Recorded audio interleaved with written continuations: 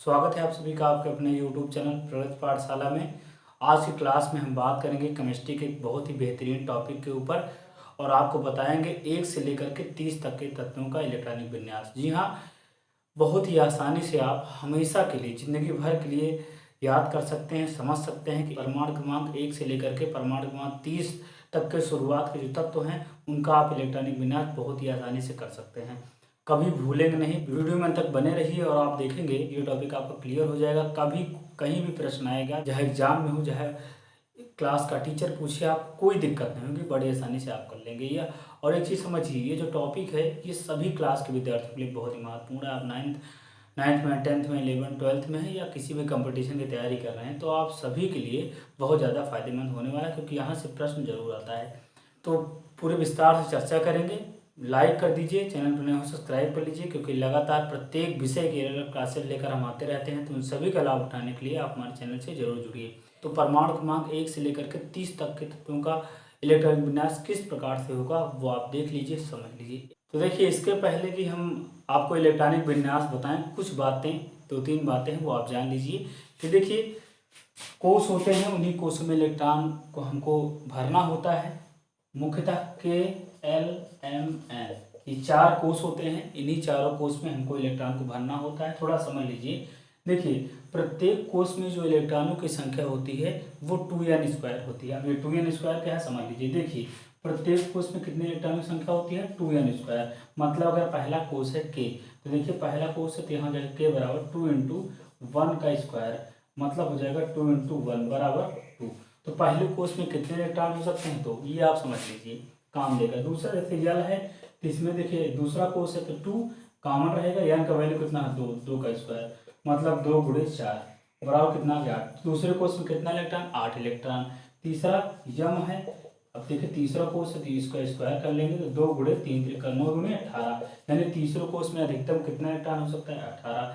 यन देखिए तो 2 इंटू, चौथा कोष है 4 का स्क्वायर, मतलब 2 × 16 बराबर 32। तो ये है 2, 8, 18, 32। इसी प्रकार यानी पहले कोष में 2 इलेक्ट्रॉन, दूसरे में 18, दूसरे में 8, तीसरे में 18, चौथे में 32। इसी प्रकार बढ़ता चला जाता है, ठीक है, और सारे इलेक्ट्रॉन आ जाते हैं। लेकिन इसके साथ साथ भी आप कई जगह देखेंगे वहाँ 18 नहीं होगा, कुछ 8 होगा, तो उसका भी जवाब आप जान पाएंगे जब मैं आपको इलेक्ट्रॉनिक विन्यास बताऊंगा। फिर भी एक चीज़ समझते रहिए कि पहले कोष में अधिकतम 2, दूसरे में 8, तीसरे में 18, चौथे में 32। ठीक, जहां आपको 18 यहाँ पे 9 ना करके 8 कर दिया जाएगा, आगे वाले में भेज दिया जाएगा, उसका जवाब मैं आपको दे दूंगा, ठीक है, जब उसका इलेक्ट्रॉनिक विन्यास मैं आपको बताऊंगा। अब चलिए मैं आपको बताता हूँ शुरुआत से, यानी हाइड्रोजन से लेकर के जिसका परमाणु क्रमांक 1 होता है, वही सबसे पहला तत्व होता है, उसका इलेक्ट्रॉनिक विन्यास आप देखिए। सबसे पहले देखिए हाइड्रोजन होता है परमाणु क्रमांक, और हाइड्रोजन ये देखिए इंग्लिश में लिखा जा रहा है, हिंदी में आप समझ लेंगे। तो एक इलेक्ट्रॉन है, एक ही, क्योंकि पहले में 2 हो सकता है, तो जब तक पहला भरेगा नहीं दूसरे में नहीं जाएंगे, तो पहले वाले कोष में डाल के छोड़ देंगे। दूसरा है हाइड्रोजन हीलियम। अब देखिए इसका, देखिए हीलियम, तो 2 इलेक्ट्रॉन है, तो दूसरा वाला जब तक भरेगा नहीं तीसरे में नहीं जाएंगे, ठीक है ना, तो इसका 2 हो गया। तीसरा है लिथियम, थोड़ा समझिएगा, लिथियम 3 होता है परमाणु क्रमांक, तो पहले में 2, अगला जितना बचा अगले वाले में डाल देंगे, क्योंकि पहले में 2 ही इलेक्ट्रॉन हो सकता है, ठीक है, आगे जो बचा है अगले वाले में डाल देंगे, ठीक है ना।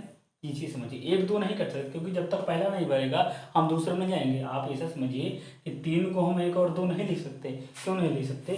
क्योंकि जब तक पहला कोष नहीं भरेगा हम दूसरे कोष में नहीं जाएंगे। तो पहले कोष में कितना इलेक्ट्रॉन होता है? 2, आपने देखा है। जब ये भर जाएगा दूसरे कोष में आता है, इसका इलेक्ट्रॉनिक विन्यास होगा 2, 1, ठीक है, ऐसे समझते रहिए। तीसरा, चौथे नंबर पे है आपका बेरिलियम, यहाँ समझते रहिए।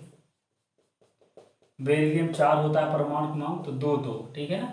चलिए 5 पे है बोरान, 5 होता है तो होगा 2, 3। देखिए पहला भर गया, दूसरे में जा रहा है, दूसरे में कब तक जाएंगे? जब तक 8 नहीं होगा। जब 8 हो जाएगा तो अगले वाले में पहुंचेंगे, ठीक है। चलिए 6वें नंबर पे है, 6वें नंबर पे कार्बन, तो कार्बन का 6 होता है तो कितना हो जाएगा? 2, 4।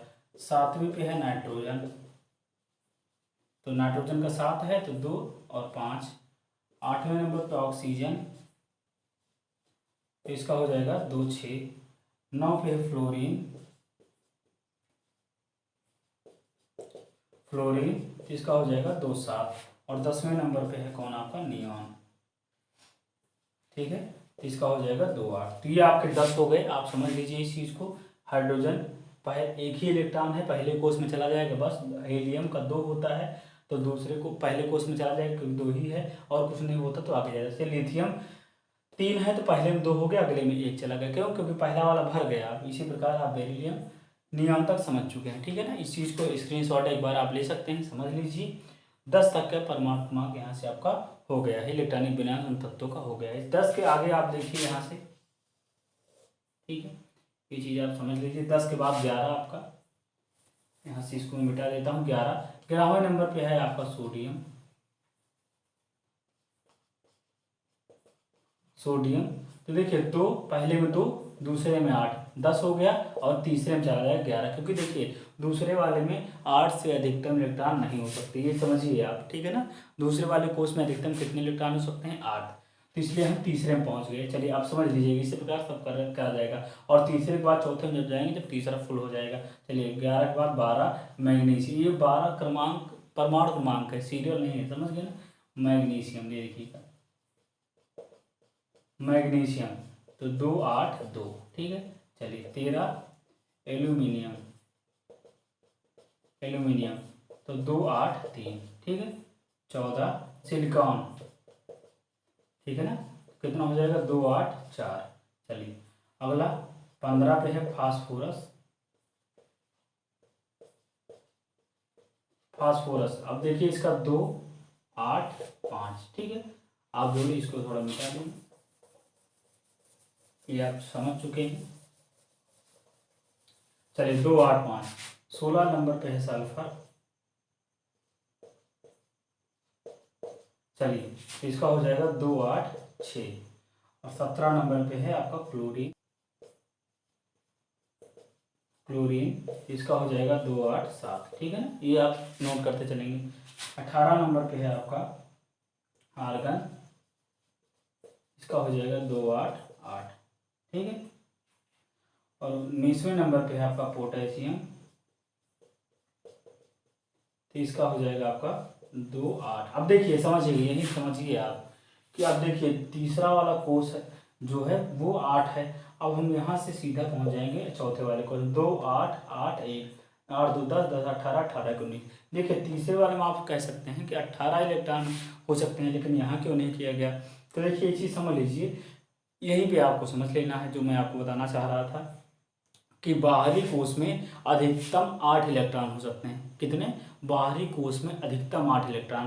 तो आपका देखिए यहाँ पे 19 है, अतः मैं अगर यहाँ पे 9 कर दूं तो ये नियम आपका गलत हो जाएगा। एक नियम है, ठीक है ना, इलेक्ट्रॉनिक विन्यास करने के ये नियम है कि तत्वों के किसी भी तत्व के बाहरी कोष में अधिकतम 8 इलेक्ट्रॉन रह सकते हैं, ठीक है, हो सकते हैं, जबकि उसका पिछला वाला कोष पूर्ण हो, ठीक है ना। और 2 से अधिक इलेक्ट्रॉन तब रह सकते हैं जब उसका पिछला कोष पूर्ण हो, वही बात है, ठीक है ना। तो देखिए 8 इलेक्ट्रॉन से ज़्यादा रह ही नहीं सकते। किसी भी परमाणु में बाहरी कोष में 8 इलेक्ट्रॉन से ज़्यादा नहीं रह सकते, अतः हम इसमें 8 डाल देंगे और अगले वाले में पहुंच जाएंगे 1। समझ गए ना, तो ये कारण है। चलिए 20 पे है आपका कैल्शियम। कैल्शियम, ठीक है ना। इसका हो जाएगा 2 8 8 और 2, ठीक है। तो ये इलेक्ट्रॉनिक 20 तक का हो गया। आप इसका भी स्क्रीनशॉट ले लीजिए, ठीक है। सिलिकॉन का 2, सोडियम का 2 8 1, मैग्नीशियम का 2 8 2, एल्युमिनियम का 2 8 3, सिलिकॉन का 2 8 4, फास्फोरस का 2 8 5, सल्फर का 2 8 6, क्लोरीन का 2 8 7, आर्गन का 2 8 8, पोटेशियम का 2 8 8 1, कैल्शियम का 2 8 8 2। तो यहाँ कैल्शियम तक आपका हो चुका है, यानी आप 20 तक के तत्वों का इलेक्ट्रॉनिक विन्यास जान चुके हैं। इसके आगे का देखिए, देखिए अगला 21वें नंबर पे स्कैंडियम। अब देखिए स्कैंडियम, ठीक है ना। अब इसका इलेक्ट्रॉनिक विन्यास होगा, अब देखिए ये समझ लेना आपको 2 8 8 कितना हो गया? 10 8 18 18 हो गया आपके, ठीक है। बचा कितना? 18 3 21, ठीक है ना। अब देखिए फिर अब इसमें बचा कितना? 3। हम 3 डाल देंगे, लेकिन फिर आपका नियम गलत होगा। अभी मैंने आपको बताया कि किसी भी बाहरी कोष में 2 इलेक्ट्रॉन से ज़्यादा तभी रह सकते हैं जब उसका अगला वाला कोष पूर्ण हो। तो तीसरे वाले में तो होते हैं 18, तो ये पूर्ण ही नहीं है, तो 2 इलेक्ट्रॉन से ज़्यादा हो ही नहीं सकते। तो अतः हम क्या करेंगे, इसमें डाल देंगे 9 और इसमें डाल देंगे 2, ठीक। तो होगा 2 8 9 2, याद रखिएगा, नोट कर लीजिए 2 8 9 2, ठीक है। अब यही नियम पकड़ लीजिए। अब देखिए 22 आपका टिटेनियम, टिटेनियम देखिए, अब यही नियम पकड़ लीजिए, 2 8, समझ गए ना। बाहरी कोष में 2 इलेक्ट्रॉन ज़्यादा नहीं हो सकते हैं 8, लेकिन 2 से ज़्यादा तब होगा जब उससे पहले वाला कोष पूर्ण हो। जब नहीं पूर्ण होगा 2 ज़्यादा नहीं हो सकता। फिर हम इसमें इंक्रीजिंग करेंगे, वही आपको समझते चला जाना है, ठीक है। तो यहाँ से देखिएगा, तो इसमें 2 हो गया, अब इसमें कितना डालेंगे 10, तो आप जोड़िए 10 10 20 2 22, ठीक है ना, 2 ज़्यादा नहीं हो सकते। अब देखिए 23वें नंबर पे आपका वैनेडियम, ठीक है ना, वैनेडियम। तो फिर देखिए 2 8, ठीक है, और यहाँ पे डाल देंगे 11 और यहाँ पे डाल देंगे 2। अब आप जोड़िए तो यहाँ से हो जा 10 21 21 2 23, ठीक है ना, इस तरह से। अगला है 24, 24 पे है क्रोमियम आपका, देखिए क्रोमियम। तो यहाँ क्रोमियम थोड़ा वो है, उसको आप समझ लीजिए, 2 8 13 और 1, ठीक है। यहाँ 12 ना करके, क्योंकि ये अपवाद है, थोड़ा अपवाद भी होता है, इसलिए क्योंकि इसके बाहरी कोष में 1 इलेक्ट्रॉन होता है, इसकी संरचना में जाना गया।